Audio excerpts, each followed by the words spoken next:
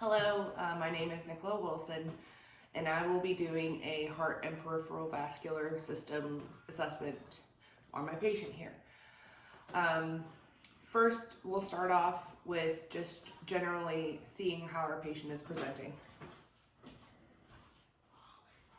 So my patient seems to be good color, no pallor that is visible. The skin tone of my patient is consistent with what is baseline for her.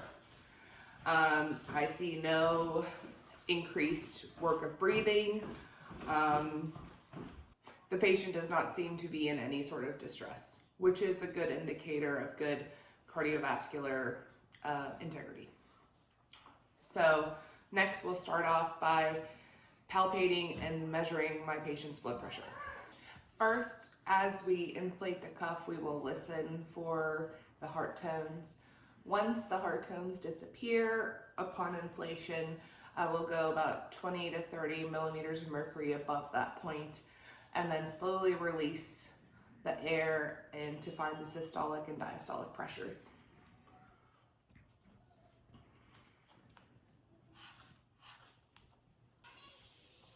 And my patient's blood pressure is 138/70, which is a good blood pressure. Next, I will palpate my patient's temporal and carotid arteries. The temporal arteries will be here, where the temporal part of the head is. +2 and equal on both sides. It's important when palpating the carotid arteries to only palpate one at a time and make sure not to occlude the vessel entirely, since those are the main vessels that are taking blood to the brain.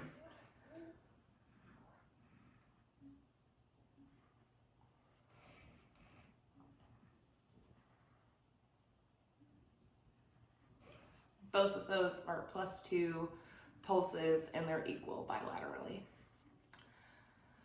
Next, we'll listen to the carotid arteries using the bell of the stethoscope to listen for any bruits within the carotid arteries.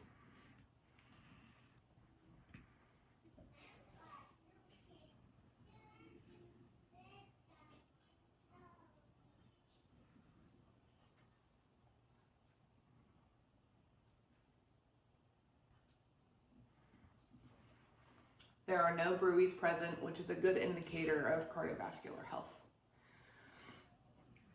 Next, we will inspect the jugular veins for any distension.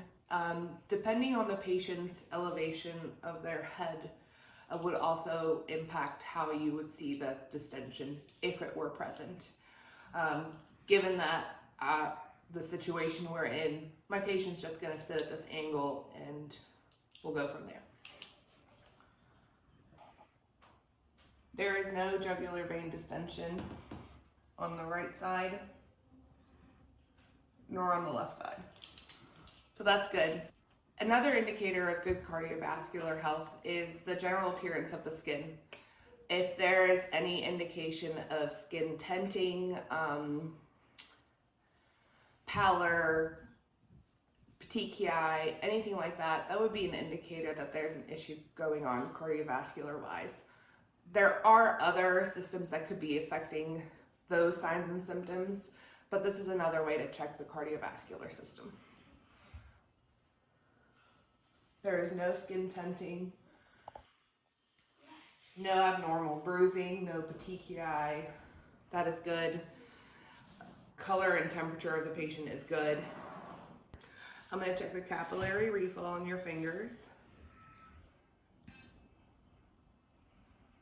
Capillary refill is less than 3 seconds. That is good, shows good peripheral vasculature. Next, we will palpate the radial and brachial arteries.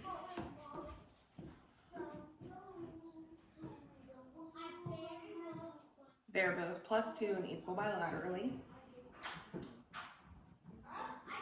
Turn your arm like, there we go.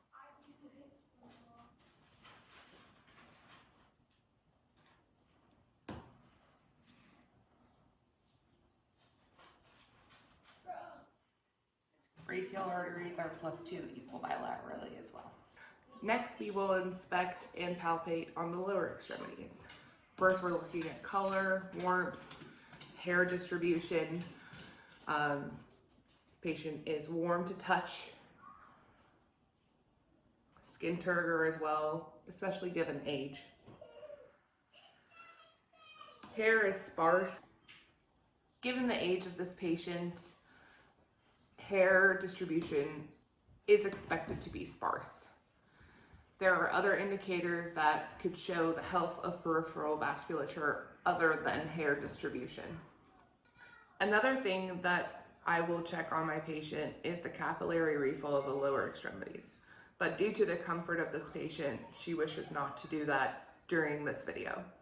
But it is something that I would do on a regular patient. Next, we will palpate the different arteries on the lower extremities.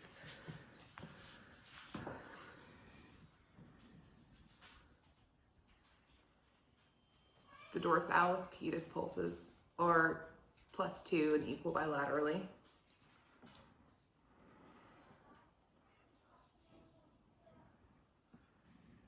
In this case, the posttibial pulses are more easily palpable, but that's an expected finding, but they're also +2 and equal bilaterally. The popliteal pulses are here behind the knee. These can be kind of tricky to find, but they are +2 and equal bilaterally. Next, we will calculate the ankle brachial index. And by doing so, you will find your systolic pressures for the brachial area and the ankle area. You can either use the dorsalis pedis or the posttibial pulse areas. It is easier to find them using a Doppler, but in this case, I don't have one, so we'll be using my stethoscope.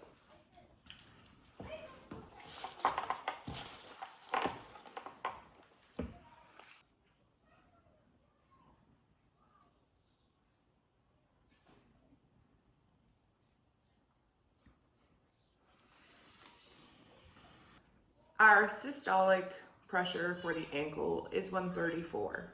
Our systolic pressure for the brachial is 138. You would do the ankle divided by the brachial, and that'll give you your number, which is indicative of peripheral artery disease.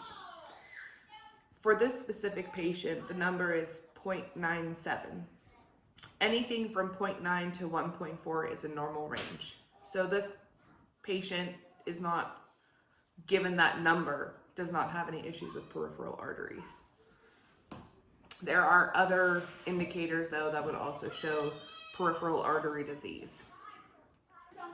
Next, we will look at the contour of the chest and see if there are any visible signs of pulsating from the heart.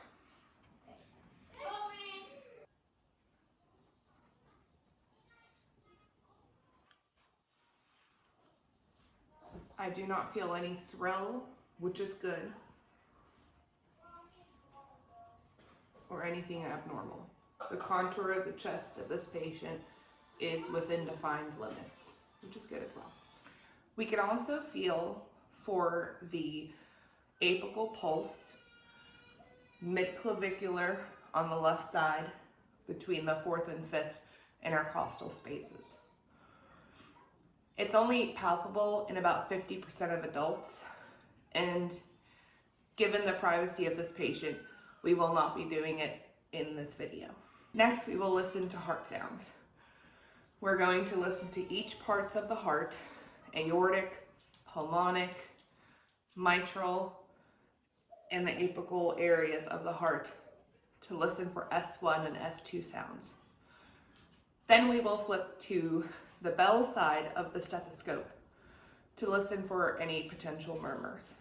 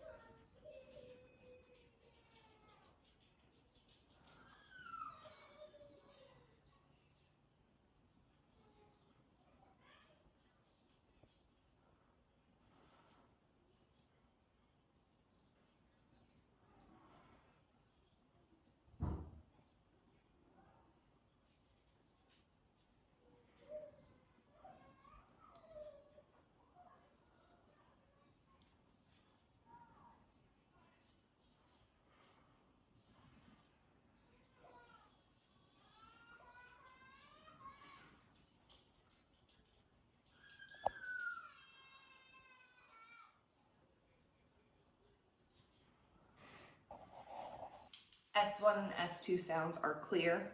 There are no splitting sounds, and there are no audible murmurs. Furthermore, an EKG can be done to further assess the heart's health, and an echocardiogram can also be used to further assess any possible murmurs or general health of the heart. And that is my assessment of the heart and peripheral vascular system. Thank you.